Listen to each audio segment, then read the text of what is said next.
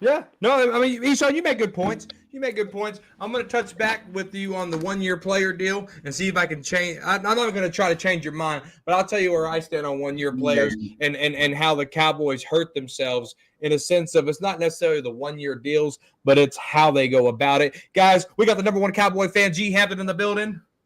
What's happening, man? What's up, G? What's crack-a-lackin'? What's up, fellas? How y'all doing tonight?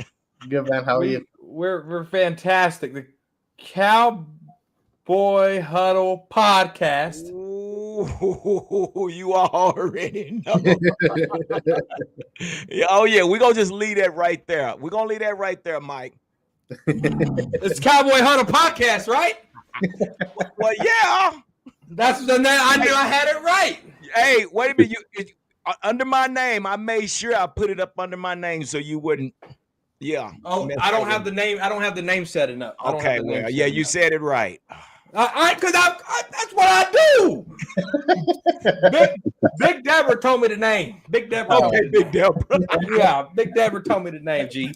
But Dallas Cowboy fan 1980 in the house. We got Brando, the best moderator in the game, already sharing the Cowboy Huddle podcast link to it. Guys, click on the link. Subscribe to my guy. I'm there Wednesdays at 7 o'clock Central. We chop it up. We get on the TikToks. Champ is there. PR Cowboys there. Daddy Savage might be there every once in a little while. We chop it up there on the Cowboy Up podcast. Subscribe. Click the link. That's my boy G Hampton, the number one Cowboy fan. All right, what's going on? It feels good to not have to host, just being able to come on a show and just hang out, man. Thank you for inviting me. I appreciate this, man. Hey, you share the love. I share the love. We all share the love. All right. So, Cowboys champs, I'll let you rebuttal what I just said, and I'll bring G Hampton up to speed. Go ahead, champs. Okay, I'm gonna say this comment. I'm gonna have to let y'all gentlemen go because I gotta get in the sack. I want Scotty too hotty to like whenever Dak or any players screw up, I want him to get in their face and just discipline them. I don't care how much money their contract is. You say you see that Dak, you left, you threw in triple coverage or something like that. He will have my respect. I mean, despite I want him to do this despite the general manager. Because you talk about culture change, that is the culture change to put the onus on the players whenever if they cannot get the play right. And we've seen it too many times that on this team, I'm not talking about any other team, I'm talking about this team. When players get their money, they become lackadaisious. They like, well, I already got my money. It's not my fault. Now, you got everybody on this team have to have accountability. And we have not had that in a long time. Maybe since 1993. Or maybe went under Parcells for a little bit. But yeah, but we have not had a coach to put accountability on this team without Jerry Jones sticking his nose where it don't belong. Okay. Accountability. We're going to talk about it. You're going to be asleep. Watch the show back. I got it highlighted for accountability. All right. Y'all have a good night, man. Good show. I'll see y'all. I'll watch tomorrow. All right. Mike, before I get to you, I got to get to your super chat, and I got to introduce G Hampton to this topic, and I'll get to you, Mike. But Mike right here, he just joined the show. He's got a super chat for us. We still need to trade for a defensive tackle. I already know it's not going to happen, but it's definitely our biggest need currently since we can't stop the run. Exactly. And Mike, I'm going to bring a topic to discussion about what Brian Broda said on 105.3 The Fan about the running statistics, and it really blew my mind. It really did. And you guys ain't going to know who the best run defender is unless you go Google it right now. But I got a shocker for you guys. But G Hampton, what? Yo. I know I introduced myself of the Schottenheimer Kool-Aid drinker on your show the other day. I got a lot of flack from it from the homeboys that rock with me. Now, I don't know if you're drinking the Kool-Aid, G. Hampton, but if you're not drinking the Kool-Aid, if you are drinking the Kool-Aid, what has Schottenheimer shown you so far? If you're not drinking the Kool-Aid, what does Schottenheimer have to do for you to drink the Kool-Aid, G. Hampton? Man, you know what? I'm glad you brought that up because you know what? I was kind of leaning on this negative side. I really was. I was leaning on the negative side simply because I'm like, okay, we're talking about Schottenheimer. Well, let's compare him to Jason Garrett. Both of these guys never had a head coaching job. And it kind of sounded like we were just repeating the cycle, okay? So it seems like we were repeating the cycle. So I'm like, oh, shit, man, we not finna get anything out of this guy, Schottenheimer. Man, same old thing, different, just a different date, different time. Then I thought about Clayton Adams. I'm glad you asked this question. All this was going through my mind, man. And I'm like, well, Clayton Adams, oh, hell, he was over at the Cardinals. What did he do over at the Cardinals? Not a damn thing, okay? You know, so I'm going through all this. And I wasn't drinking the Kool-Aid. And I'm like, you know, man, why are we hyped up behind something that we don't even know what's going to take place? Okay, so anyway. Sounds like a past tense, man. Say that again, Eshaun. It sounds like you're going past tense with the bro. No, wait. There's a story behind this. It's a story. No. I'm listen. You see where I'm going with this, right? I'm going around the block and coming back. Listen. So anyway, man, I'm like, the hell with this, man. It's just gonna probably be another 7-9 or whatever. It's gonna be another 7-10 season or whatever. Anyway, so guess what happened? So I'm get up one morning before I go to work and I'm turning on the podcast and sure enough, guess who was on there? Michael Irvin, Hall of Famer. I need my sound effect. What?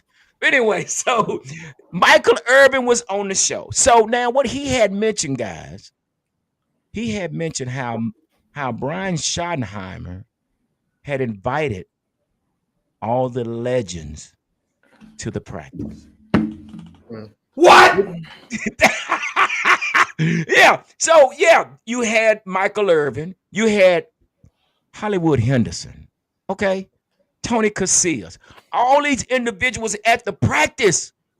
And I'm like, so I'm listening to the Hall of Fame. Look at Eshaun. Eshaun just like, yeah, let's hear this story. So I'm like, okay, let me hear what Michael Irvin had to say. So I'm listening to it. And he said he got goosebumps. Like, what's wrong with this guy? He got goosebumps. And the reason he got goosebumps because he was just excited and that he was invited. And basically, Schottenheimer told his players, this is who we honor. We honor these legends. When was the last time we had legends come to the practice or even invited? Never happened.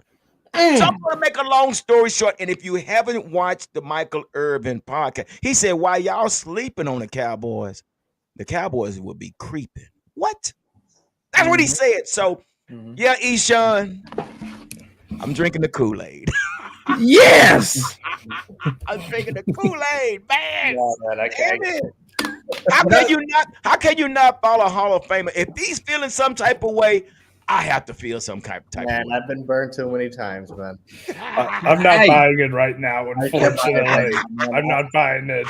All right, Mike. Let me ask you here, Mike. Hey, Mike. Hey, I'm so glad you shared those Twitter photos of you as a Cowboys fan, man. That warmed my heart up. I was glad to see those photos of you at the Star, at the AT&T Stadium, at the games, repping our Cowboys, man. I absolutely loved it. So, Mike, what does Schottenheimer have to do for Mike to drink the Kool-Aid?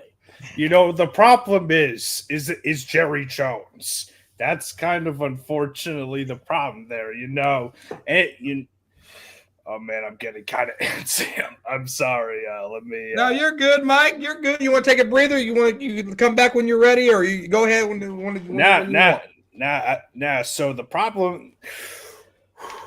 I'm so sorry about this. You're good, Mike. You're good. If it was easy, everybody would do it. I promise.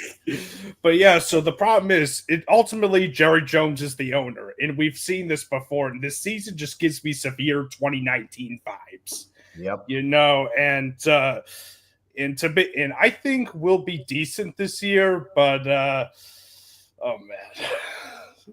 So I can see us maybe having 10 to 11 wins, maybe, but we have to see though. But I'm not buying the Schottenheimer Kool-Aid yet because ultimately Jerry Jones is the owner, and as long as he's running the team, his team will continue to fall short, and that's kind of the sad reality of it. Brian Schottenheimer is just another yes man, just like Jason Garrett, just like Wade Phillips, and just like Mike McCarthy. All four of those guys have something in common. They are all yes men, and they're like Jerry Jones's puppets. Unfortunately, I'm not exactly buying it yet for that reason alone. Okay. No. Everyone made good points. I mean, Eshawn's going off history. Cowboys champs saying that Schottenheimer has to get that run stop. Schottenheimer has to get accountability. Mike saying, well, Jerry Jones is still there. Eshawn's been saying that too. Yeah. And I get it. But you know who's been really quiet? You know who's been really quiet? I think we've seen him less this year than any other year. Oh, His name's Jerry Jones. Oh. Where's Jerry Jones at? Stephen Jones just got done talking about culture. Where's Jerry at? Is Jerry stepping back? Is Jerry stepping back and say, Schottenheimer, this hire was risky? I mean, we heard him say that. Schottenheimer, this hire is risky. But I'm going to let you do this. Go get Clayton Adams. Go get Connor Riley. Go get Matt Eberflus. Let's go get you some free agents. The amount of free agents they brought on this team this year, I think, has been more free agents and current Dallas Cowboys signees who were going to be free agents, and they signed them, starting with the best house discount in Osa Odigizua. Yeah. What? Starting with him. They've done more for Schottenheimer in his first year than they ever have with Mike McCarthy. We still need to extend. Oh, sorry. We still need to extend Micah though. That's kind of that's. We're going to talk about that here, but now we're talking about old Jerry, right? Yeah. Jerry to me he's done work for Schottenheimer. You look at the draft, right? Schottenheimer said we're going to run the ball. They bring in a couple of free agents and Javonte Williams and Miles Sanders, right? And they said, okay. And what did they let him do, Eshawn? Mike, G. Hampton? They let him go draft Tyler Booker at Alabama, right guard. So they're saying, Schottenheimer, this is your baby. This is your pet. Take care of your pet. Take care of your baby. We're going to give you everything you need. Am I wrong here? Have they not done more for Schottenheimer in 1 year than they ever have for Micah Parsons? Mike, I'll start with you, Mike. What was the question? Sorry. No, you're good. Am I wrong here to think that they've done more for Schottenheimer this year with how many free agents and how many Cowboy free agent players that they kept for Schottenheimer? Am I wrong to think that? It's kind of tough to say because we have to see on the field this coming year. Anything can happen in an offseason. Of course, we traded for George Pickens, but doesn't mean that. Oh my God, I'm sorry, but yeah. Yeah. No, you're good. You're good. So I'm so sorry for getting antsy. No, you don't do this every day, so I totally get it. Yeah. I'll pass it to Eshawn so you can collect it, Mike. Go ahead, Eshawn. Am I wrong to think that? I mean, you're not. It's your opinion, so I can't say you're wrong or you're right. But I can only speak just from my own opinion on that matter. I just, again, like I said about Javonte Williams earlier, I haven't seen the tape of him, so I can't speak to that. But just looking at the numbers, I just don't think the productivity from a number standpoint were not that good. And I just don't think, to me, I'll be honest, the way that the free agency pickups came off to me in terms of the look of it was, if you look at the positions that we got, running back, we got a couple of running backs, we got some defensive linemen and stuff like that. Last year when Jerry said he was going to go all in and basically spat in our face and didn't do anything, we all were basically complaining about the run, not having a running game, not being able to stop the run. So to me, it felt like, now this is just the way that I took it, that it was just like Jerry saying to us, hey, you guys complained about a running back, you guys complained about a defensive lineman, so let me get these guys. who are bottom of the barrel of the league just to shut you guys up. That's how it came off to me because I just don't. Now, again, if they end up panning out on the field, fantastic. Like Mike said, we have to see them on the field. Totally fair. I'm not going to discount that. But just based off of again, I can only go off of history. That's the only way I can judge it. So based off of the history from a number standpoint, because that's all I have seen with these guys, I just don't know how productive they'll be. And, it may end up it may end up proving me wrong. Great. I love it. But right now, I don't know, man. I just can't personally get excited about the running backs that we have right now. That's not to say I'm negative towards it either, but I'm in a let's see mindset. That's kind of the way I'll put it. Okay. It. Yeah. Okay. G. Hampton, am I crazy to think that they've done more so far with free agency, given Schottenheimer those two running? I mean, they double dipped that offensive line. They double dipped that running back. Do you? And they didn't draft a running back last year. Keep that in mind, guys. They signed old ass Zeke back, right? Yeah. What they've done for Schottenheimer this year, they had to do with Mike McCarthy in a lame duck year, and they didn't do it. So, G. Hampton, am I crazy? Are they really doing more for Schottenheimer than Mike McCarthy? Listen, Mike, I get it. You're excited.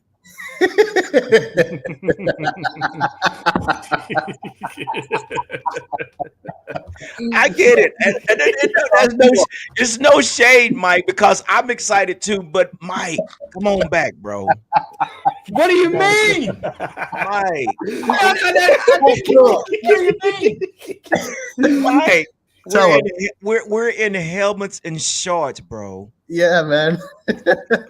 I'm not talking about helmet and shorts. And I get you. Hold on, I'm gonna get there. But again, yeah, we're in the helmet and shorts, and I understand what you're saying. But we still have to make cuts, and nothing's guaranteed. This is a business. We like Javonte Williams, but who say Javonte Williams is going to stay? We like Miles Sanders, but who say Miles Sanders is going to stay? I mean, I get it, but it's still too early. It's still way too early. Will this Milton kid, will he pan out? We are evaluating him off of one game. Now, Robert Pickens probably the biggest thing that has taken place, and I think that was a Jerry Jones move. George Pickens. Yeah, George Pickens.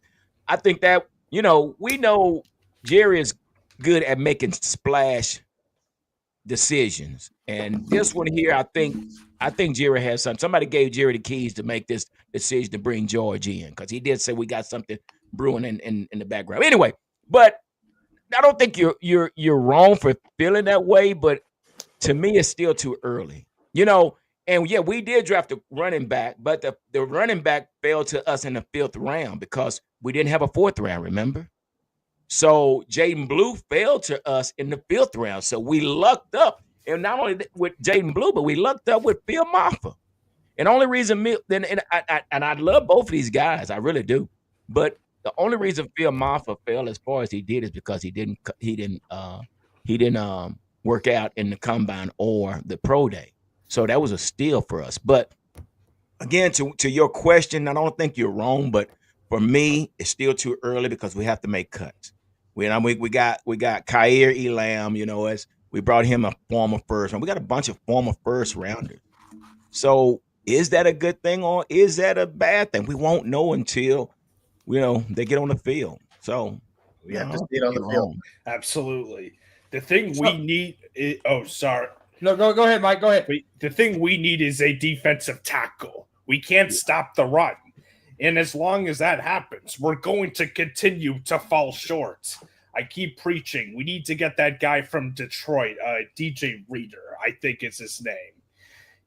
Because if we get a defensive tackle, that's a big hole. That is a big hole that will be filled. Obviously, there will still be other holes, but defensive tackle, I definitely think, is our biggest hole.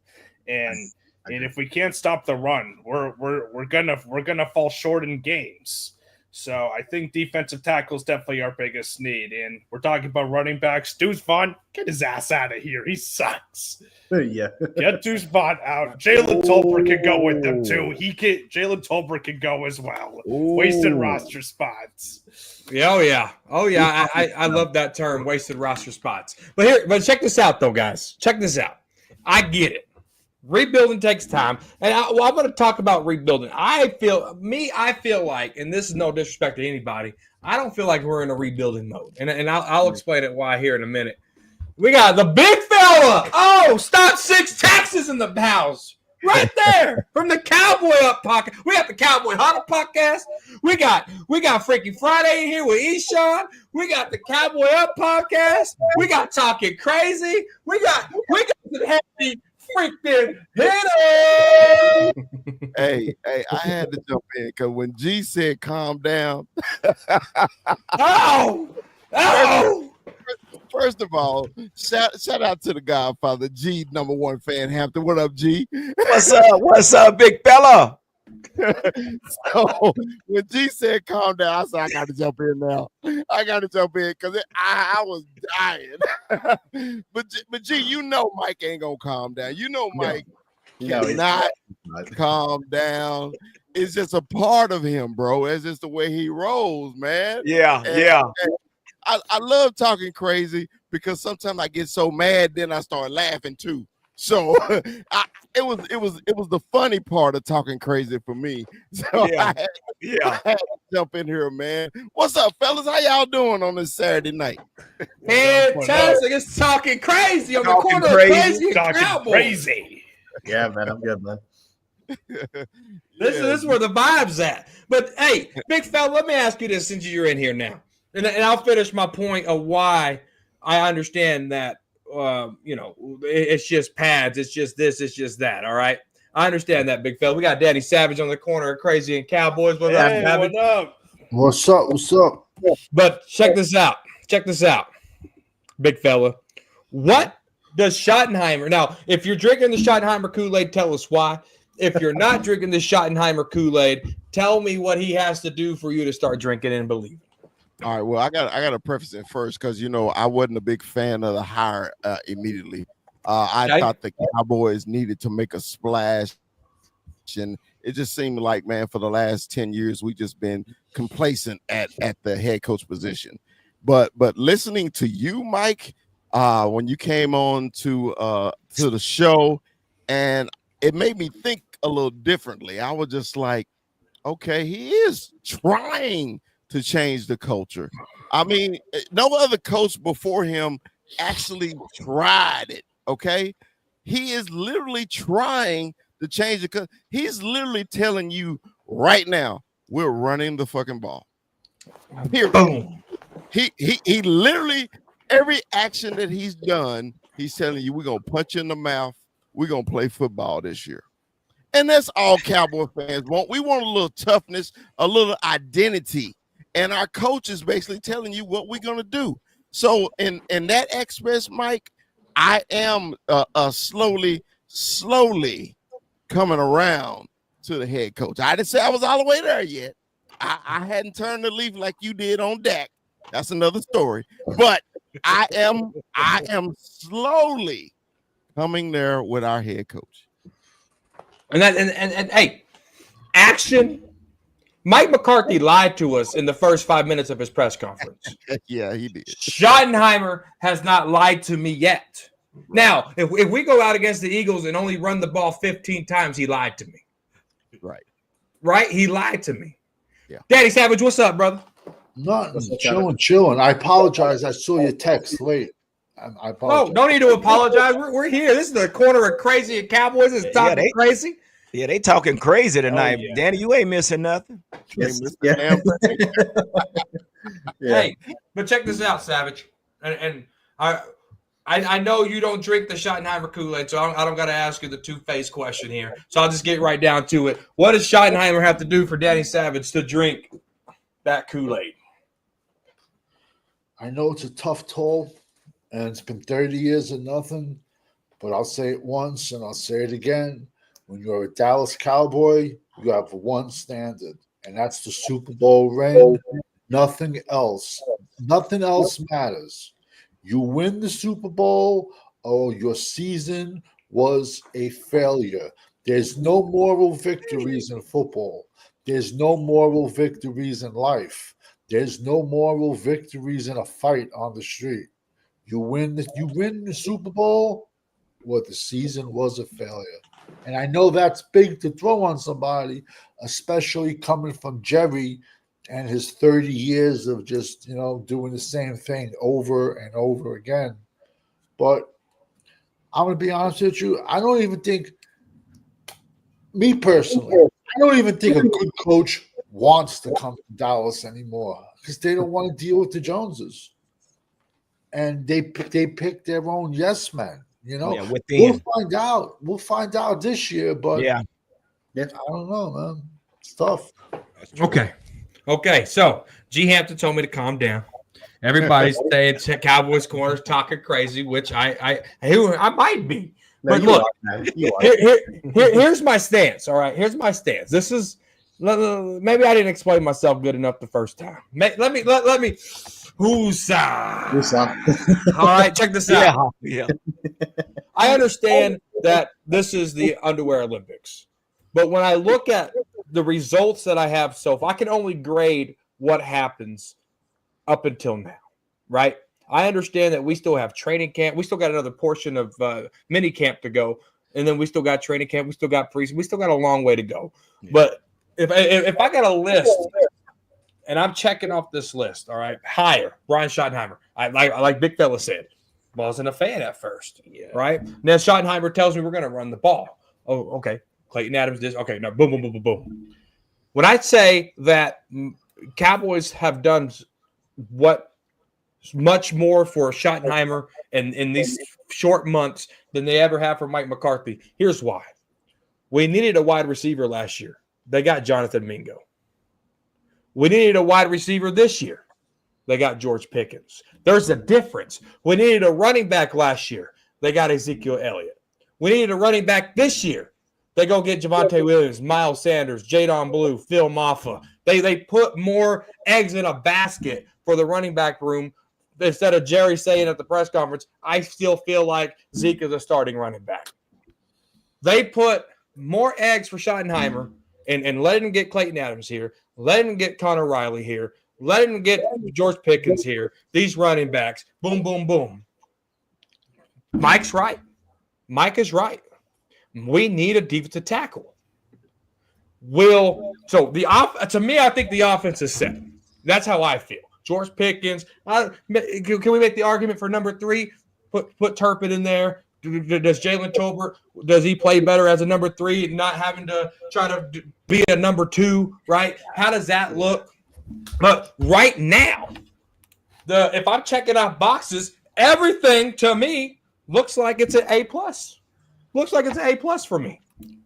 But it's like the Pickens move does not make sense because you're giving up a 3 and a 5 for 17 games. For 17 games, to me, that's an all-in approach, yet we are in a rebuilding mode. So all I'm trying to say is we have George Pickens, a 3 and a 5, and I could rattle off, we got to pay Micah, got to pay Tyler Smith, got to pay Jake Ferguson, got to pay Deron Bland, got to play the highest-paid kicker in the NFL.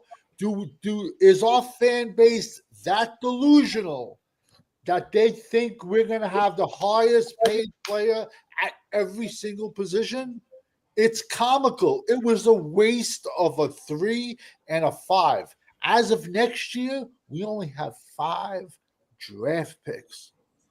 So, Danny, real quick, Danny. So when you say maybe next year would be a rebuilding season, because no, we will not be able to keep all these players. And I'm going to tell you right now, there's no way we can do it. So I look at this.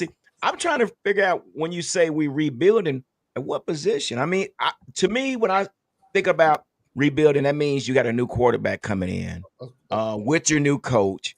You got a lot of missing pieces. But I think we got, as far as this offensive side of the ball, I really think it's more solidified. Maybe a little work on defense, but I don't see the rebuilding this year, but I can see maybe a rebuilding next year because, like you mentioned, all the players we have to play, and I'm sure we probably won't be able to keep all of them. So I think we need 2 safeties right off the bat, 2 linebackers right off the bat. That's 4. We need another giant in the middle.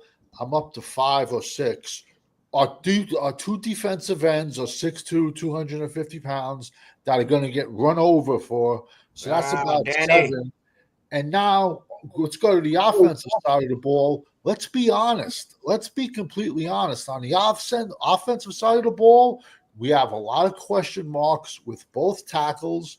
We have a question mark with Jake Ferguson. We don't know if he was hurt, he regressed, or he missed Dak that he was regressed.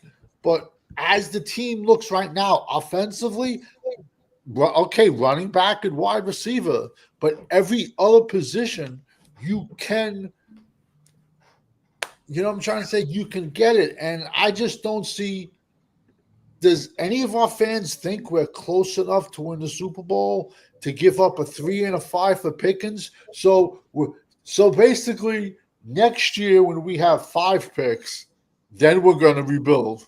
Like, it's just, but Jerry, that's why. Jerry's a brilliant. The fans wanted to pay Dak. He paid him. Mm-hmm. I wouldn't say the fans want, some fans. I wouldn't say a lot of fans want Bland. A lot of fans wanted him. Pay him. Fans want Micah paid. He's going to pay him. But him paying him doesn't include us winning. It's just the way he plays the salary cap game.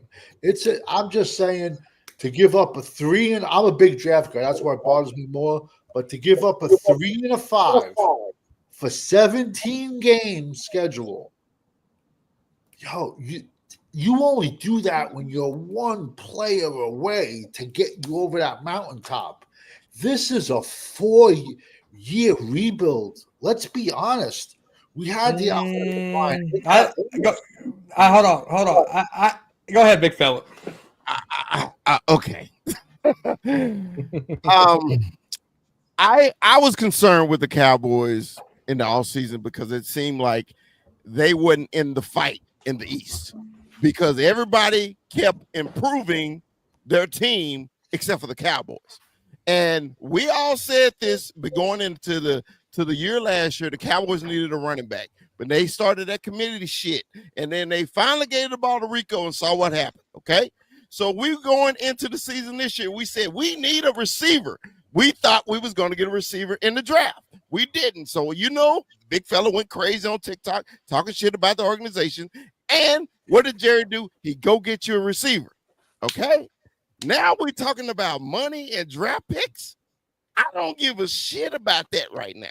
All I care about is 13 to 14 wins, us getting in the playoffs, us getting to the NFC Championship and the Super Bowl. I can care less about the future right now because everything we asked for, he did go do. And that's why when we lose, he sits back in his booth and laughs his ass off. We've been 30 losing. years of nothing. 30 years of nothing, yet we're the highest ranked franchise in the world. Doesn't that tell you something? Danny, everything Jerry touches turns to gold. Except Danny, a Dallas thing. This is my thing. What do you want him to do? He did exactly what we asked, okay? Because we wanted this. Only thing that we asked that, of course, Cowboy Corner disagree with was the quarterback position. Okay. Let me ask you a quick question. One quick question. Would you rather have George Pickens or Ndamukong Suh at defensive tackle in the middle of the line? I'd rather have George Pickens. You want old Ndamukong Suh?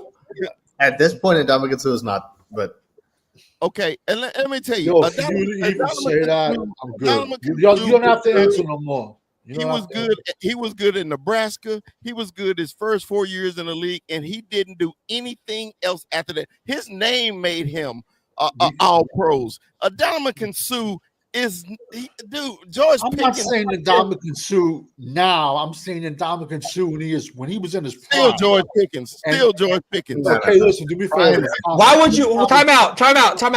Why would you bring? Well, how does that scenario make sense in this team right now in 2025? Because the team need a giant defensive tackle to stop the run is much So more. bring me a current defensive tackle that makes sense now in 2025 instead of a 10-year ago has been.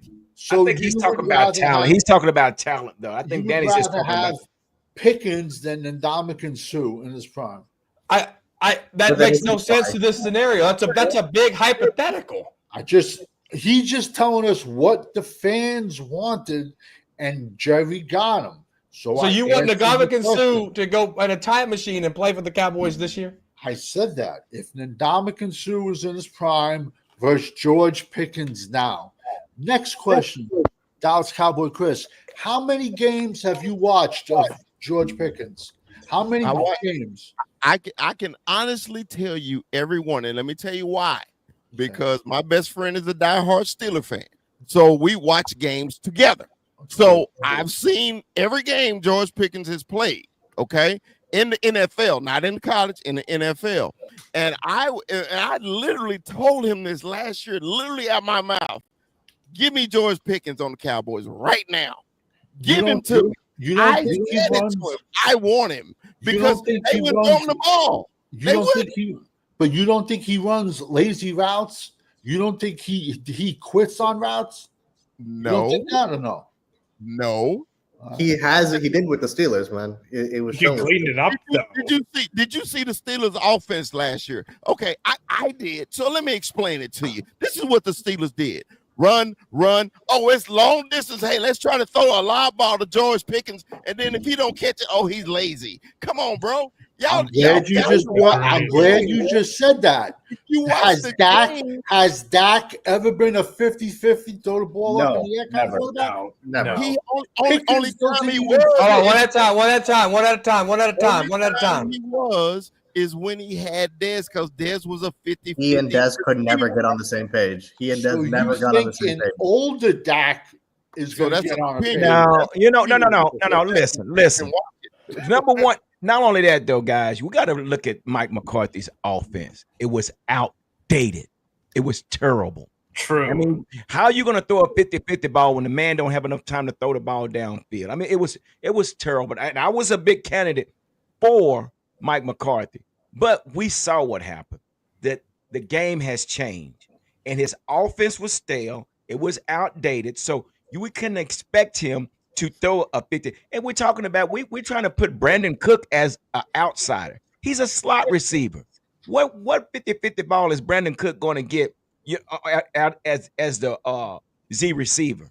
It's not going to happen. Now you got a true number one receiver playing on the opposite side of CeeDee Lamb. Now, more than likely, that's more of a threat. When Brandon Cook played the wide out, they didn't respect that.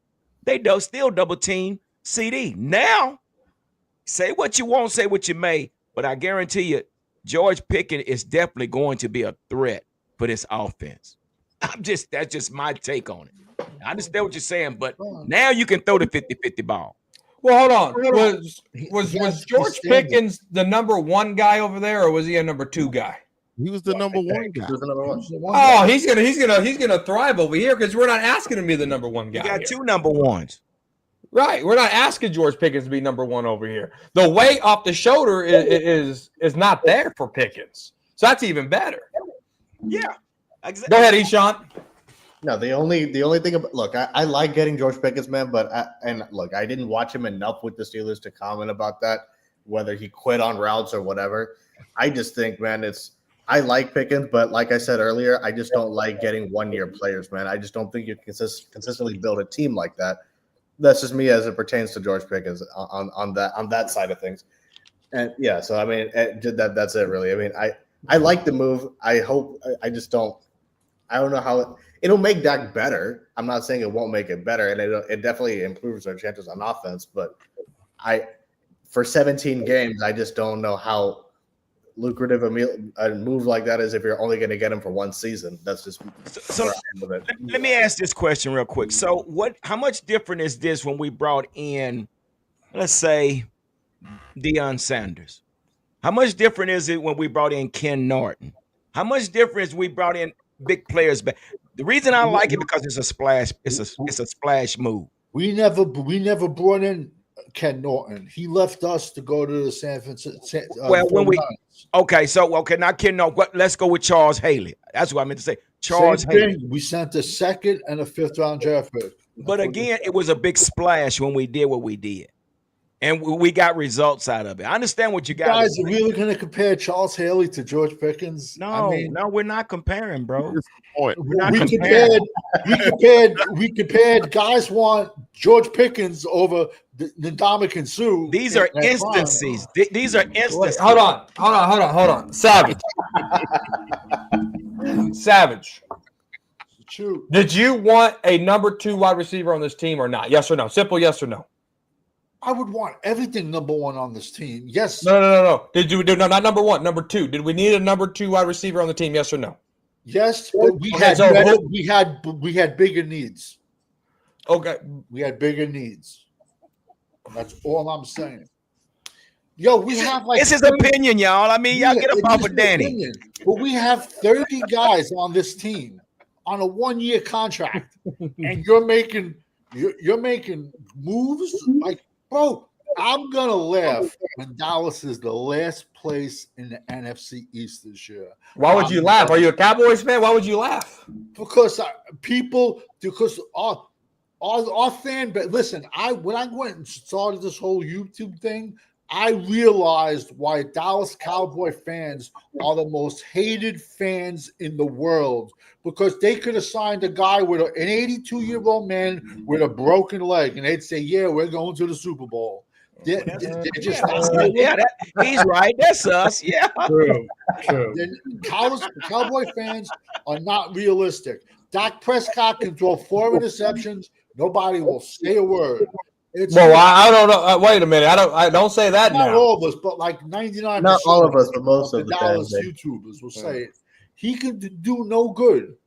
Look, how about Boss Man Fats? He killed a girl this morning, man. You talking about drive-by? Well, yeah, he has 2 souls on his conscience. Yeah, he has 2 souls on his conscience. But look, and I'll let Mike go after this. Mike's been quiet. I know Mike got something to bring to the table here. What I can only go off year by year. I don't want to go off scenarios of Mike Dick, like Mike Ditka playing for the Cowboys in 2025, right? I don't want to go off that scenario. What I do want to go off of is what's happening now. We needed a number 2 wide receiver. We got the number 2. Do we like the compensation? I don't know. If he leaves in 2027, we'll get the comp pit back. We have 5 draft picks now. We'll get some comp picks next year for the free agency that just left. It's a cycle on how the Cowboys do it. Right now, we're looking at the 5 draft picks as if that matters right now. That doesn't do anything for me. I don't even know where we're picking at next year. Are we picking number 1 overall? Are we picking number 32? Are we picking in the middle? Draft picks to me are irrelevant right now because I don't even know where I'm picking. So what I can go off of is what I'm looking at right now. And what I'm looking at right now is we needed O-line. We got Tyler Booker and Cornelius. We needed running back. We go get Jadon Blue and Phil Maffa. The only thing that they haven't addressed right now, and Mike has been pounding his fist on the table, sending super chat to super chat, is defensive tackle. Exactly.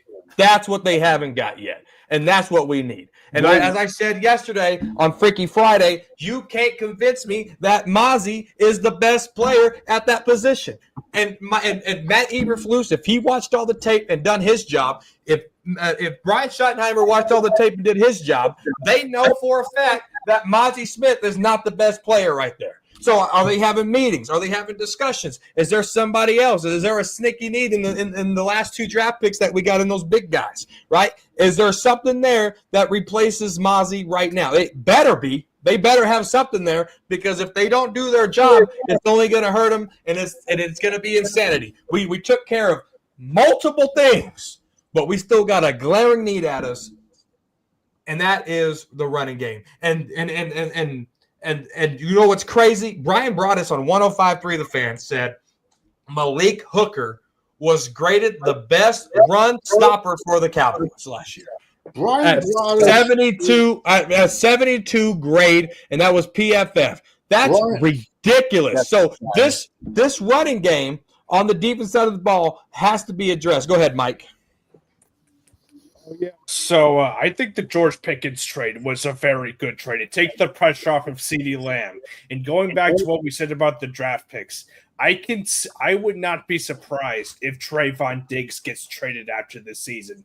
There's the news saying, oh, he quit on the team, this or that. I don't think Trayvon quit on the team, but the problem is he's really getting up there in age. He's like, 26, 27 right now. He's going to be 28 next year. And I just feel like,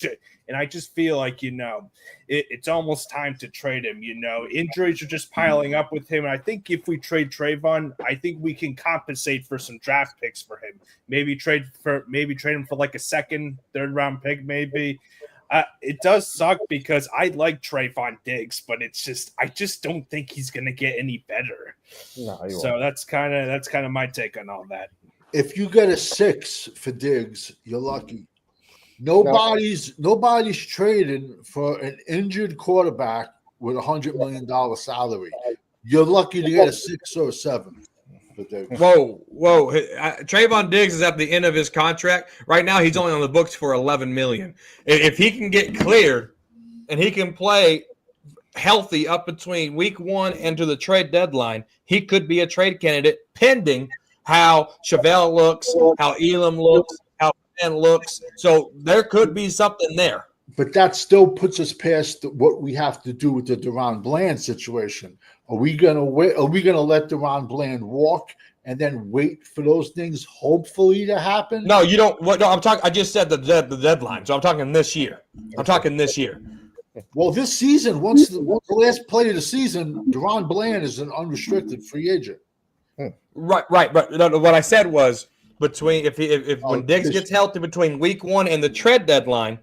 You might be able to get something if he can stay healthy between now and then, and depending on how he's playing. If you wanted to get out of that contract, it's only $11 million, and next year it's only the same amount. We're at the tail end of that $100 million contract. Now we all know Goodell loves beating us Cowboys. You know he loves that. What do you think Goodell's thinking? I bet Trayvon pissed in a cup this morning after that boat ride with about 6 ounces of purple powder in it. What about that? You know that's a suspension coming up. They ain't saying it's quick chocolate personnel, mix. We all know what it was. And he gets caught with that on a boat with 4 girls behind him. Had to be if he's suspended, it'd probably be a 6-game suspension. He should be back in between the trade deadline. Who knows what's going on? But hey, check this out. Check this out. Moving on. We talked about George Pickens. We talked about Brian Schottenheimer. Let's talk about Micah Parsons here, guys. Micah Parsons, the Lion, it's looking like, and I'm just projecting, I don't know what Micah's going to do. None of us does. But it looks like he's going to show up for minicamp. Does Micah show up for training camp without a contract?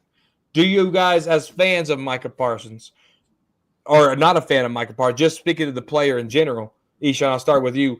Does Micah Parsons, does he deserve to hold out, or should he be there? Go ahead. I mean, will he be there? If he doesn't have a contract by then, I don't think he'll show up to training camp, to be completely honest, just from a standpoint. And honestly, if I was in his position, I wouldn't either. I mean, I have no problem for players getting their money. I have my issues with Micah Parsons. Corey and Savage, you guys know that I have a lot of issues with him. But if I were in his position, I would also get my money. I mean, Jerry has a history of prolonging these things. So, and waiting until the 11th hour to break the bank with these guys. So do I think that he will? I think he will get signed. I mean, it's anybody's guess at this point. But I do think that if it doesn't happen by training camp, maybe not the entire training camp, not a Zeke situation with Kyle Cabo, but he'll probably miss some time is my guess if he doesn't have the contract by then. That's my guess. All right. What about you, G. Hampton? Personally, I wouldn't give a shit if he didn't show up. Okay. Because listen, and the reason I say that, they're gonna have to pay the man. They're gonna pay him. They gotta pay him. You know, listen, you can pay him now, you're gonna pay him later. You're gonna have to pay the best player on the team. Say what you want, say what you may. He is the best player on this team. So regardless, if he shows up, great. He's been a team player. He said he plans on showing up. And if he doesn't show up, great. But again, Jerry has created this mess. Jerry's gonna have to fix the mess. So no, I'm not worried. But like I said, at the end of the day, pay him now or pay him later. Exactly. Okay. Savage. This is why I said we never should have paid Zach Martin 2 years ago, because Zach Martin was under contract, stood out. Everybody was pay the man, pay the man, pay the man. We paid him. The same guys that said pay the man bitched and moaned that CD Lamb shouldn't be sitting out. He should be out there. But wait a second. It's okay for you to say Zach Martin, who fleeced the team. That's a whole nother story. You stay out. You deserve it. Then they bitch on Lamb. So now, if I'm Micah, I'd be stupid to go to camp without getting my contract. Yeah, exactly. It's past, present. You've set the tone of guys that want to get paid. All you got to do is sit out enough weeks, and they'll pay you. And it's just, he would be stupid to go in without the contract. He would be stupid. The big fella, Stop 6 Texas, Micah Parsons. I'm afraid to answer because it's all doom and gloom on this side of the board. Hey, man, be honest. Hey, G said it the best. It really don't matter. I care less. He can be there. He can come in the stadium an hour before kickoff in the first game. I wouldn't give a shit. I mean, I can care less because, hey, and let me preface this. Last year, before Micah got hurt, I was that proponent, man. Let's trade Micah. Let's get everything we can get for him, because I thought his mouth was talking too much and he wasn't performing like he should. And when Micah came back off of that injury last year, and everybody knew we wasn't making the playoffs, but that boy played like his hair was on fire every snap. And it made me change my whole perspective on Micah Parsons. So now it's up to the Cowboys, like G said. Jerry created this problem, okay? Yeah. He could have solved a lot of these issues by signing these guys early. You knew what you could have done with the remainder of your money, but he didn't. He likes the 11th hour. Yep. So he's going to do the same thing with Micah. Of course, we all know Micah's going to be the highest paid non-quarterback in the league. We know this, okay? And that's just something that the Cowboys got to deal with. But as fans, I'm happy number 11 is on my team, okay? Because at first I was like, get rid of his ass. He's talking too much. But that boy play on the field is nothing like it, man. And I'm not calling him fucking LT, nothing like that. He's Michael Parsons. Yeah, right. He ain't LT, he's Michael Parsons. And there's only one number 11. And I want him with that star on his helmet. So I don't give a damn what Jerry got to do. Real quick, check out the last 4 years stats of Darius Slay and Micah Parsons. A corner and a DN? Of Darius Slay. Darius Slay is a linebacker. He played for the Jets and in Philadelphia. Darius Slay is a corner. Wait, Darius Slay is a cornerback. What's the corner? Right. Darius Slay is a corner. Who's the guy that the Jets got rid of when he went to Philadelphia? Defensive end. Small kids, about the same size. You're talking about Bryce. What's his name? They tried. Philadelphia tried to. They tried to mock. They tried to mock Micah. What's his name? He about the same size as Micah. He didn't pan out. He's not a Micah. Come on, somebody knows his name. What's his name? Reddick. Hassan Reddick. Yes. Yeah, Hassan Reddick. Okay. Look up Hassan Reddick stats versus Micah stats. Yeah, versus Dak Prescott stats now. G, can you give whatever's in your cup back to him? I speak the truth. You don't want to lie. I was like, Darius Slay's a corner, Savage. I didn't know what the heck was going on. But all right, go ahead, Mike. Go ahead, Mike. Yeah, so I think Micah, we need to extend Micah as soon as possible.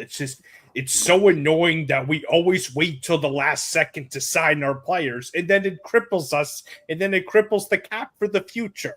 Because we don't forget, we also need to sign Deron Bland. I think Deron Bland is going to be franchise tagged, but we need to extend Micah as soon as possible. I think Micah deserves his money. I know I've kind of been critical about his podcast and all that, but I think he's still a great player, and I definitely think he deserves his money. And I hope that he remains with the Cowboys for a long time. But like I said, it's just so annoying that we always wait till the last minute to sign our players. It's the Jerry Jones way of doing things. And it's smart because Jerry Jones makes, by not doing it, exactly. Dallas is in the news every single day. Headlines. And then he signs them at the last second. Yeah, there's a reason he does it with every player. It's all about being the brand. So I pulled up Hassan Reddick's stats. He's been in the league since 2017. Micah has had double-digit sacks in his first 4 years. Hassan Reddick in his first 4 years he's had 2.5 his rookie year, 4 in 2018, 1 sack in 2019, 12.5 sacks in the COVID year of 2020. And he goes to the Cardinals. He goes to Carolina, has 11 sacks, 16 sacks, 11 sacks, and then last year he had 1 sack. So there's a spurt in there of 1, 2, 3, 4 years. There's a 4 years. But I'm getting at is if that 3-year spurt was on the Dallas Cowboys, we'd be calling him the Michael Parsons. No, we would not. No. Dude, A lot of our fan base. Proven it every year he's been here. He's proved he's the best defensive player in the league. You're joking, right? Yeah, 1 year. You rather have Micah than Myles Garrett? I would have. Yes. Man, no. Yo, I can't remember that. I'm sorry. They're two different positions. They play two different positions, bro. I can't listen. I'd rather go talk outside with the bag lady. I can't handle this, man. Yeah, she may have more knowledge. The second you said you rather have George Pickens over Ndamukong Suh. Well, yes, right now I would because Ndamukong Suh is making TikToks with his wife and has been retired for 2 years. And George Pickens is in they were in their prime. So, yeah. But the hypothetical is crazy though. Well, because we need a defensive tackle, I could throw 1,000 other defensive tackles. I just threw out a very good defensive tackle. I fucking love this show. I rather have crazy. It is talking crazy. I fucking love the show, man. Exactly. Oh man. So what no one is talking about so far is that Micah disappears in the playoffs. That's another huge issue I have with him. That is a huge issue I have. Yeah, he has 1 sack against the Tampa Bay. Outside of that, what has he done in the playoffs? What has he done in the second set? What has he done in the second half of the season? True. Yeah, he wears down and towards the end of the season. That's been his problem. He's hunched over like he's eating bad trim. Like he's eating bad trim. He's an incredibly talented player. I could pull up a lot of clips. So y'all didn't see him at all last year at the end of the season. I can pull up a lot of clips of Micah giving up on plays, having his hands on his waist, hung over like he's tired. Hold on. Looking for that flag.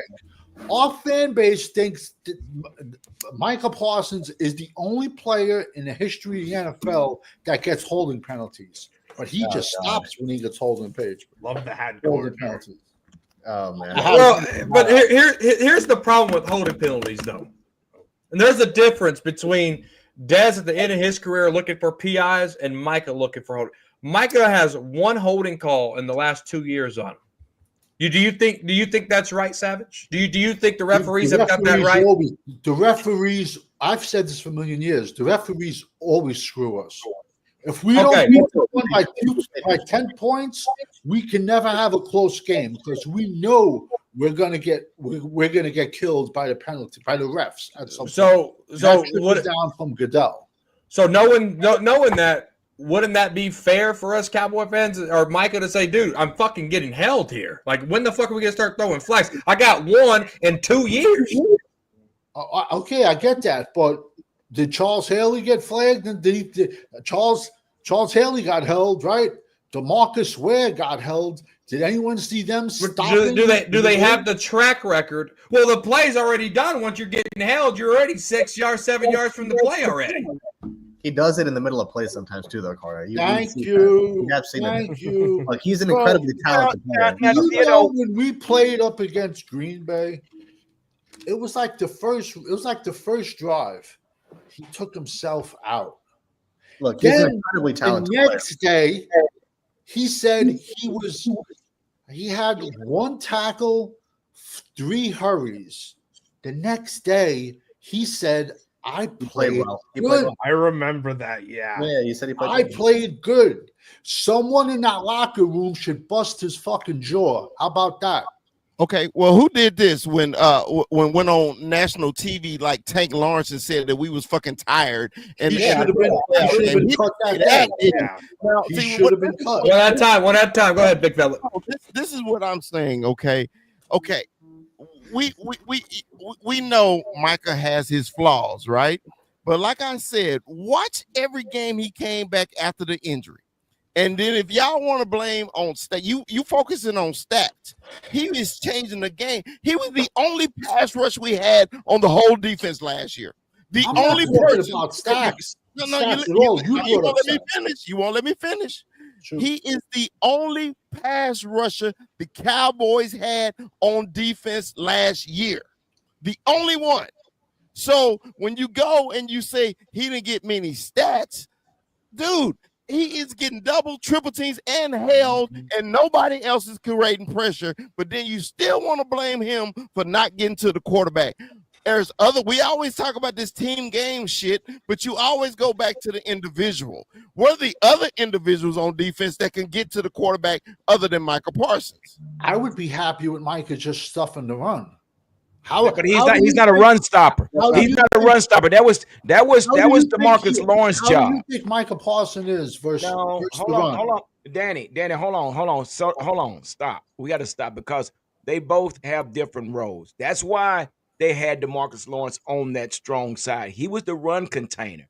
You had Micah as the pass rusher. That's just the way that was. Yeah, like you said, like big fella said himself. They tripled and they double teamed him to where when they ran at him, it made him look bad. Again, man, we can keep going round and round about this. He took over for Tank Lawrence's spot, who was stopping the run.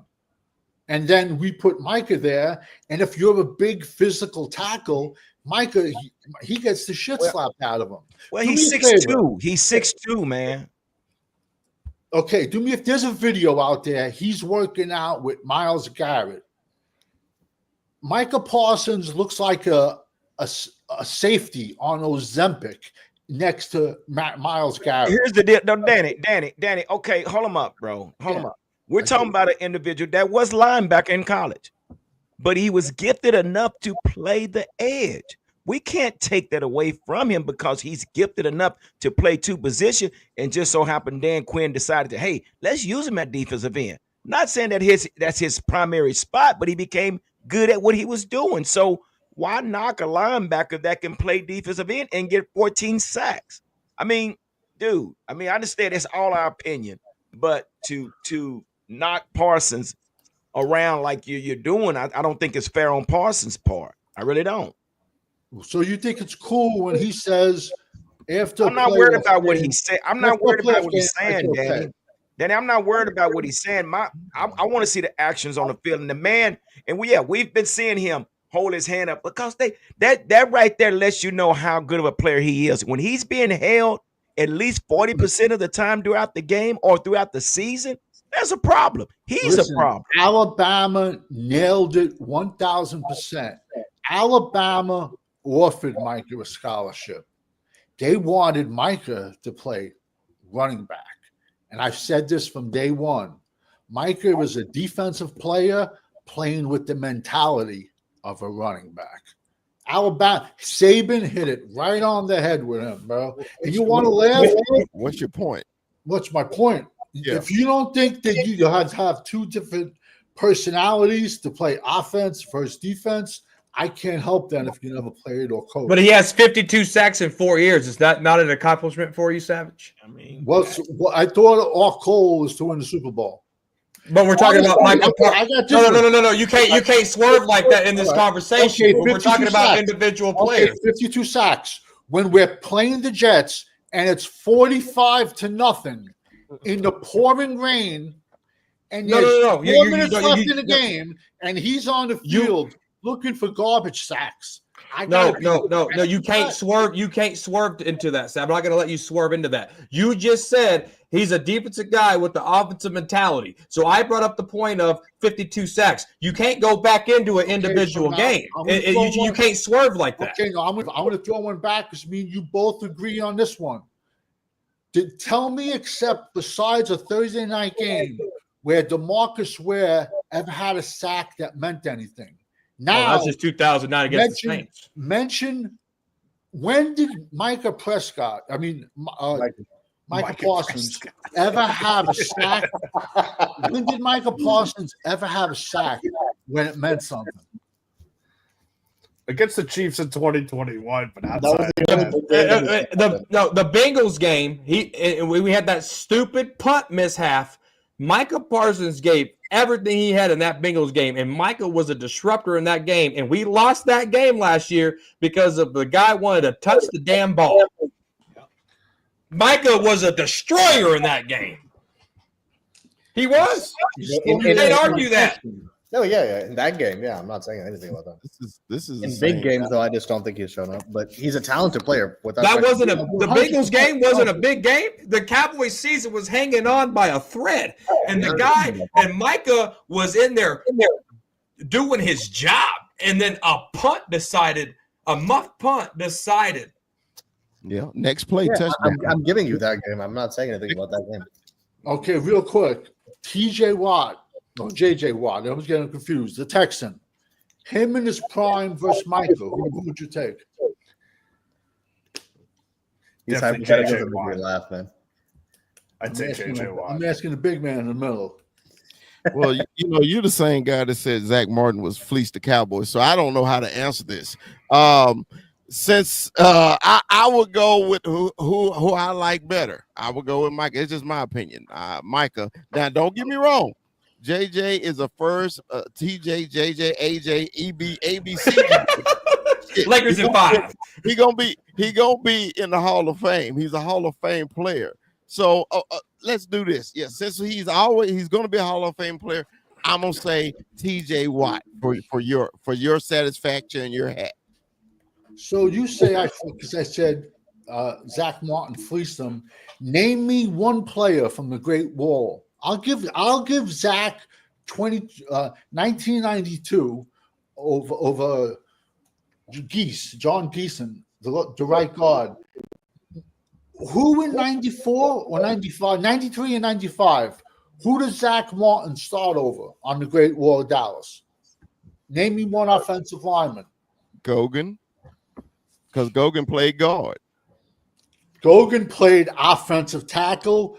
He started at tackle. They moved him to guard. Eric Williams was the right tackle.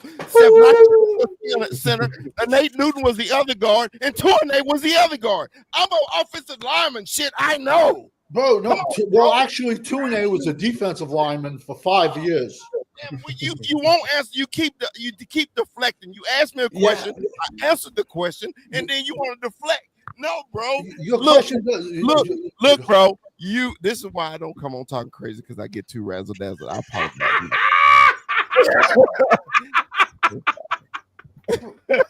Bro, if there was a national poll of 1 million sport fans, and they asked you the same question I would do, you would be the only one. So hold on, time out. So hold on. No, so what was the name you gave, big fella? Gogan. Okay, Savage, your question was he answered the question. So what do you say about Martin starting over Gogan? What about 1995? You answered the question. He answered the question. Absolutely. So does Zach Martin start over Gogan? He doesn't. Why not? Gogan at all. Why not? Gogan was 6. Gogan was 6. That don't mean nothing, man. Kelsey's going to go in the Hall of Fame because they want all the Swifties there. See, the fact that you just brought up the Hall of Fame is a joke. Yo, everyone's saying Aaron Donald is generational. Well, hold on, time out.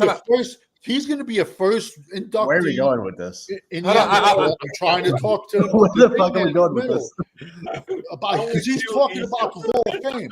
I have more respect for the WWE Hall of Fame. Steve McMichael had to wait 35 years to get into the Hall of Fame. Donaldson's going to go first ballot. Who are we trying to appease? The young crowd. Joe Klecko, defensive lineman, all pro with 3 different positions, waited 35 years to get in. And Aaron Donald, he's going to be first round because we want Kelsey, he's going to go in. We want all the Swifties. We need 29 million girls in the crowd with their iPhones. That's the Hall of Fame. But now, so who they'll show up at the game? I don't know if they'll show up at Canton. Of course, just to get a glimpse, they will. Who does Zach Martin start over at 1995? A Super Bowl team? Yeah, Super Bowl team. Last Super Bowl team, 1995. Who does Zach Martin start over then? It don't matter to you because you got the right answer, right? No, I'm asking you. I'm asking you. It's turned into a comedy station. I'm asking you. I'm still starting Zach Martin. At what position? I will start him over Nate Newton. Okay, this is what I'm saying, bro. Okay, I know you like to ramble and go different directions so people will forget your point. Okay, because you never make one. So I'm gonna come back to you. Okay, I'm saying Zach Martin is a top 3 all-time Cowboys offensive lineman, and you're telling me he wouldn't start over anybody on the Super Bowl champion teams is not a true statement. I gave the 1992 team a nod. He would have, not the 93 and 95. Okay, well, that's your opinion, and my opinion is different. Okay, that's perfect. But all right, also saying that Miles Garrett's better, PJ Watt's better, all these guys, and to get back to Nate Newton, I've seen Nate Newton level Charles Haley when he played on San Fran. I see Nate Newton destroy Jerome Brown, who should be in the Hall of Fame, but he died in a car accident. But the Hall of Fame don't matter, remember? I see the Hall of Fame don't matter. I saw Nate Newton. I'll tell you what. I'll do you what. You could buy a whole new set of Michigan shirts. I'll bet you $1,000. I will iPad it. I will send it to Cowboys Corner, $1,000 tonight.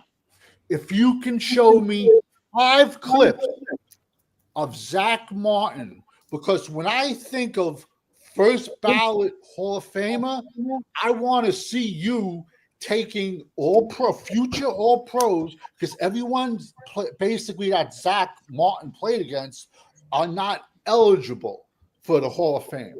But I'll bet you $1,000 to show me 5 videos, 5 clips of Zach Martin ever ragdolling a guy, taking him 5-6 yards down the field and dumping him. The floor is yours. I'll Apple Pay him $1,000 right now. Your call. So how can I show you on somebody else's show? No, you take that. I'll send my $1,000. I'll send my $1,000. All I have to do right now is Google Zach Martin highlights, and the first 5 fucking plays is gonna be pancakes. So against no. I said future Hall of Famers. That's bullshit. You take half of it, Mike. Send me the other 500. No, you're talking out your ass. I said he has to be playing. He has to be playing. He had to do those to a Hall of Famer. Time out. Time out. Guys, you are on the corner of Crazy and Cowboys. This is Talking Crazy. We are back in the studio right here. Hell yeah. We got Freaky Friday in the house. We got Eshawn. We got the Cowboy Huddle podcast with G Ham, the #1 Cowboy fan. We got another member of the Cowboy Huddle podcast and Freaky Friday and Daddy Savage. We got the big fella with the Cowboy Up podcast with Mikey and Mondo and the big hitters over there and Rue. Formerly of the Cowboy Huddle. Don't forget that. And formerly of the Cowboy Huddle. And then we got Mike, the best moderator and gifter of the channel right here, guys. This Hell is yeah, Crazy yo. on the corner of Crazy and Cowboys. All right, so we got to change the subject. Betting money and doing all, it's not that serious, guys. It's just opinions. All right, let's. I have no idea where. Let's get into the last. Let's get into the last topic here, guys. Let's get into the last topic. Let's do it, man. Oh, my money. The last topic is whatever you want it to be. Eshawn, what do you want to bring to the show? What you got a topic? You got any questions? What are you projecting? What you got? Talk to me. No, the only thing, look, I'm going to sound like I'm preaching to the choir and I'm saying the same things again and again, but at this point, this is just what it is for me. I love all the optimism that all you guys are bringing. We're all Dallas. At the end of the day, we're all Dallas Cowboy fans. So we got to keep in perspective that, like, listen, it ain't that serious. It ain't that big a deal. We're all Cowboy fans at the end of the day. At this point, we have absolutely – this is the one thing we all got to realize. Not all of us on here, but Cowboy fans in general. We have no control over this football team, guys. We're just fans at the end of the day. So we can come up here and say, oh, we're going to do this, that, and the third. Doesn't mean it makes for a great show like Talking Crazy. I fucking love it. And for the past hour, I had no idea where the show went, and I'm laughing at it. It's awesome, but we just have no control of it. So I just want to say that. But for me, I'm going to continue to say the same thing that I'm absolutely wanting to give Schottenheimer a shot. We have no choice but to give him a shot anyway, and I have no reason to say anything negative about him. But at the same time, right now, I can't say anything that I'm optimistic or positive about.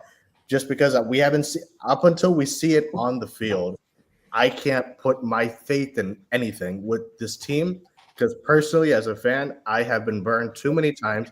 I haven't even seen a championship in my life, and I'm sick and tired of not seeing a champion. Same. So I'll be 28 in November. Porter and I are both Scorpions, man. But it's Scorpio power. Yeah. And I have not seen a Super Bowl in my lifetime, and I'm sick and tired of that shit. And it's annoying. It's frustrating. It's annoying. I'm sick and tired of not having seen a championship with the team that I love.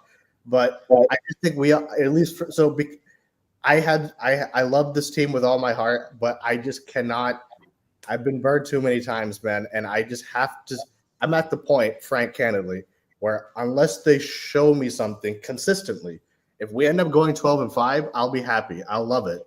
If we make a championship, I'll be happy. But as of now, I'm not gonna. I don't do any of the predictions or anything. But I'm just at the point where I have to see it to believe it on any aspect of this team, and so I'm interested to see the way the season will play out. I think we also got to realize it's a completely blank slate of a season. So we have a new head coach, we have a new defensive coordinator, so it's a completely blank slate from top.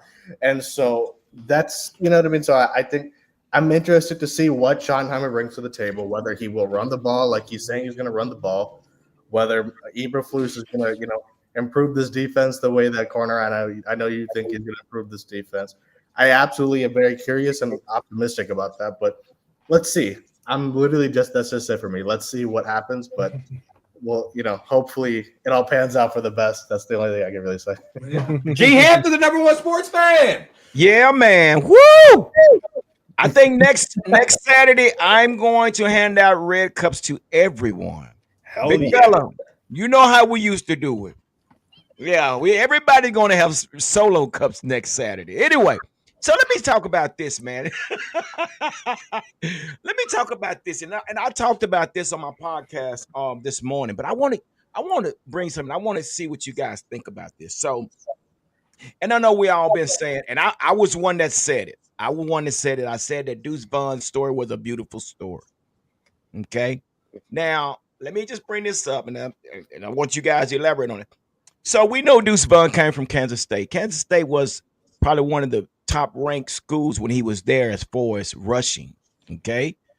He started his year with 645 yards. He came back with 1,400 yards, then 1,500 yards. So this kid was doing his thing. And I understand why y'all probably say, well, why are we talking about Deuce? But I'm going somewhere with this.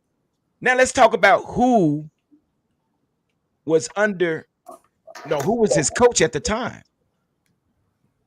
Connor Riley. Yeah. Connor Riley was the coach at the time. And I'm going somewhere with this. So now we look at Clayton Adams. Clayton Adams is with the Cowboys as well.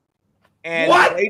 Clayton Adams, when he was with Arizona, who did he have at the running back? James Conner. Wasn't a real big running back, but he was a shifty scat back. And if you look at all these running backs that we do have on this team, pretty much majority of them are scat backs. But I say that to say this. Who on this team knows Connor Riley's scheme better than Deuce Vaughn? So my question is, do you think Connor Riley will go to bat for Deuce Vaughn, knowing that what he done at Kansas State? Now, I know it's probably a hypothetical question, but again, think about this. Who do you want to go first? Whenever you get done, to say whoever you want to go first. Go ahead. And I just want you to think about it. So let me ask you, do you think Connor Riley keeps Deuce Vaughn, or is there a place for Deuce Vaughn, or do you say that story is over? We can start with Mike down below. Let's start with Mike. What do you think about that? Knowing that Connor Riley now is here with Dallas, and knowing what Deuce Vaughn did in the past at Kansas State, do we keep Deuce Vaughn, or was it still just a beautiful story? To be honest, I think it was just a beautiful story. You know, the problem with Deuce Vaughn is he's very undersized. And I just don't think we know how to use a player like Deuce Vaughn. Yeah, to be honest, I think it was just not. I think it was nothing more than just a feel-good story. And let's just be honest: if Deuce Vaughn's dad was not working for the Cowboys, I don't think Deuce Vaughn would be on the team right now. That's kind of my take on it. And you're right, Mike. But again, now he did. Can we say? Is it fair to say that he just didn't fit Mike McCarthy's system, because you're trying to take a 5'6", 174-pound running back and run him up the A gap? I mean, who does that? Now, when you look at Connor Riley's scheme and you look at Clayton Adams, it's more of a stretch. It's more of a screen passes. So that's why I think it may work in his favor. So, but again, I understand what you're saying, but it's just a question I'm asking, knowing that Connor Riley is here. So, big fella, what do you think? I think it's both, though. I think it's because his dad's here, but I agree with you on the coaching change. I was a fan of the Deuce pick, but I just thought Mike McCarthy just used him terribly.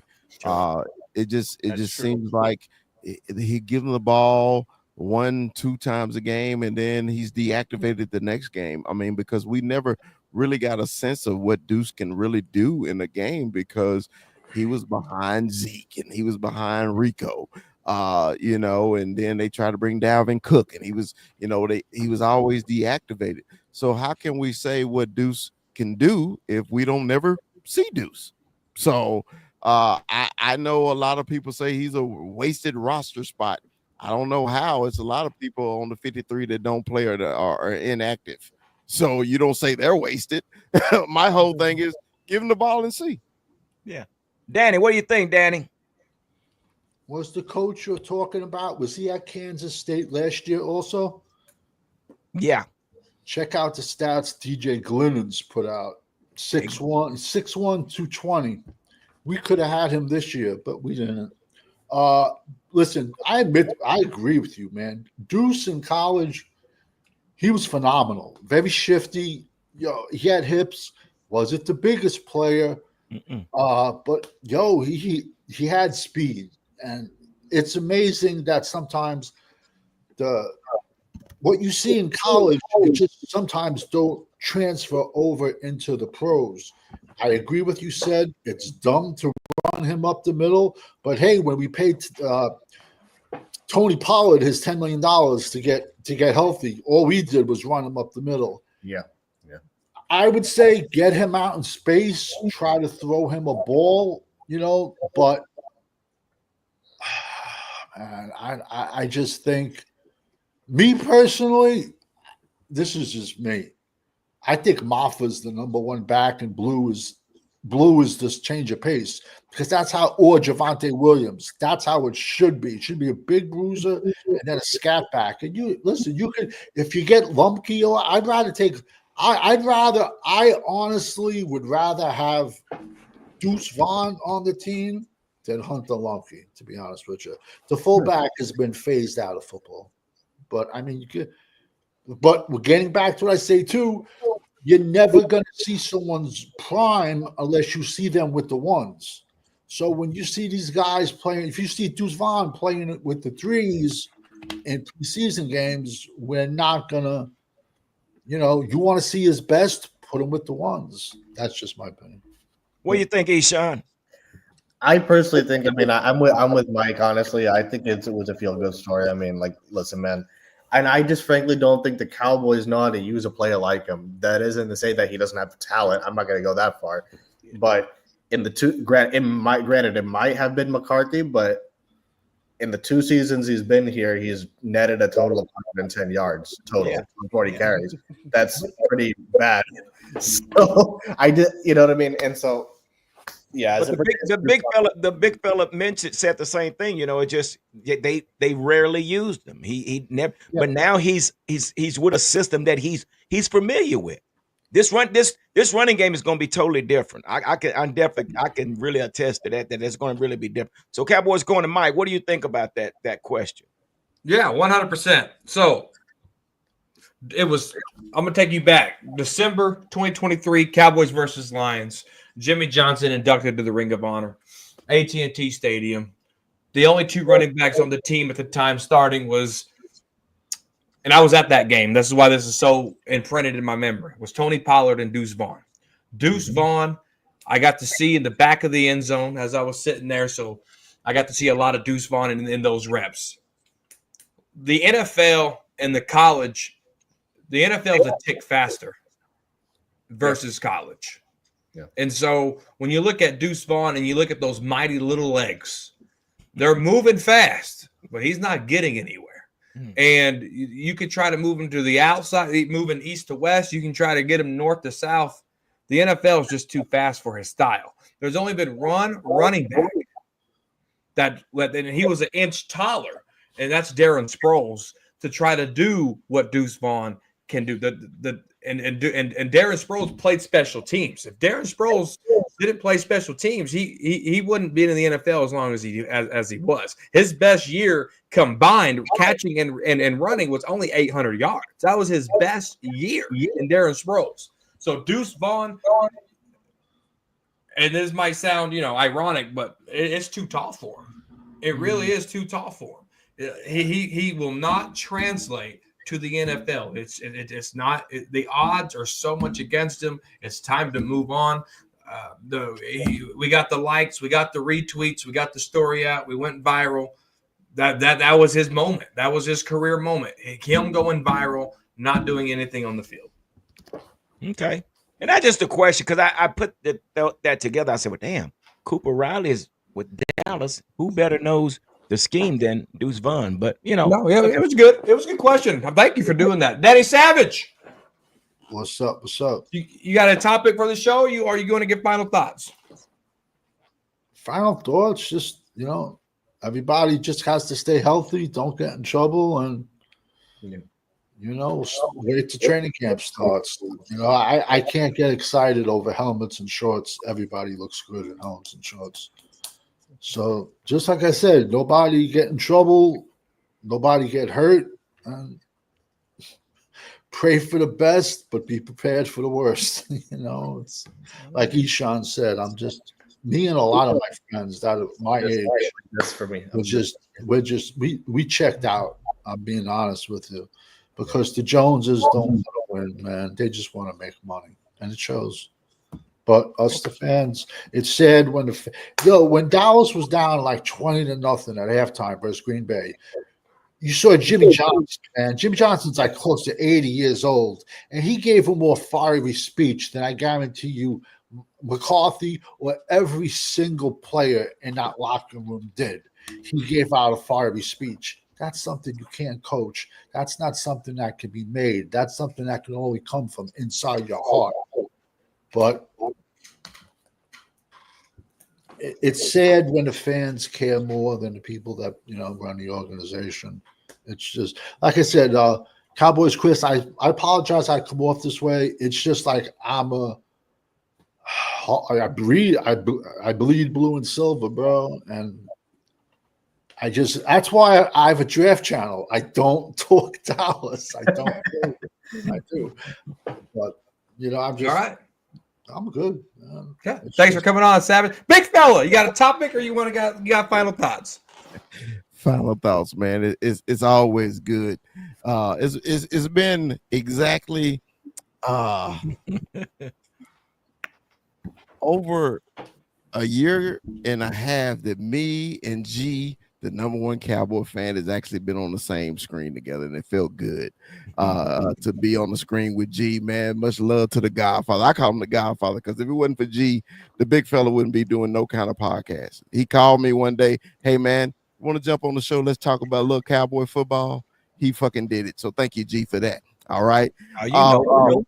My final thoughts is, where do I send the video? I want my money.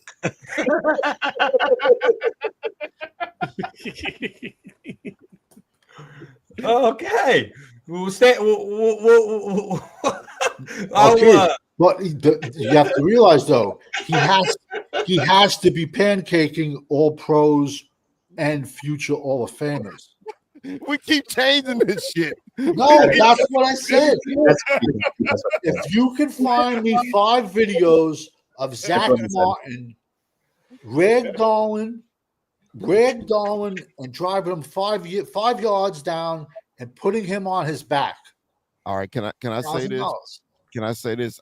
I've been winning these bets lately on these prognostications on YouTube. A kid bet me on Sneaky G show. He bet me $500 that the Commanders was going to win the East. He paid. New York Giants fan told me, I bet you such and such that the Giants to do this, $100. He paid. You bet me $1,000. Are you sure you want this bet or not? Because absolutely, because you have to find me him. You have to find me him finding and someone who's in the Hall of Fame now. That he has. Yeah. Time out. Honestly, you really have to wait about a year or two, but because he's not going to be eligible. He's not eligible, or the guys he's played against ain't eligible for 5 years. But you said all pros, right? So if they made the all pro list, that it counts. All he has to do is find 5 clips of him doing it to 5 all pros because they make an all pro list every year. I said all pro and Hall of Fame. I said that. And I've said that clearly a million times on a million shows. I've had this bet out for 3+ years. No one will take it. But you can't get the result for 2 years. That's a crazy. Not even 2 years. It would have to be 5+ years. It's like Bigfoot. It's like Maxi Pad and all the stuff he did at Michigan. But it's never on screen. Hey, okay, Mike, you ever talk about the winningest college football team in the history? 1,014 wins, brother. You cheer for who you cheer, and I cheer for Big Blue every day. Go fucking Blue. Michigan. So let me ask you a question. Let me ask you one question. Oh, in the last 3 years, who is Michigan's best defensive tackle? I gotta go. Last 3 years. All right, bye, G. Thanks for coming on. The last 3 years, the best defensive tackle was drafted this year. Smart man. I agree with you 1,000%. 1,000%. Smart man. You got a kid, Derek Moore. I like this year a lot. All right, hold on. We got to get Mike. Mike, you got a final topic, or you got final closing, or you got a final topic? Absolutely. I'm glad to be on here. My apologies for being kind of antsy earlier, but kind of mellowed down. But yeah. So. Let me think about this. Oh man, I'm getting antsy again. But yeah, but yes.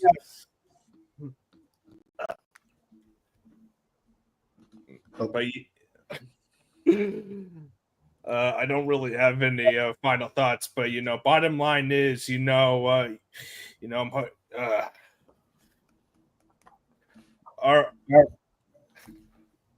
You got it, brother. You got it. Yeah. You got it. I'm so sorry. No, don't even apologize. I was calming down, man. So the final thoughts is, I'm glad to be on here. I'm gonna try to join these streams more often. Hopefully, I'll get out of this antsiness by doing that.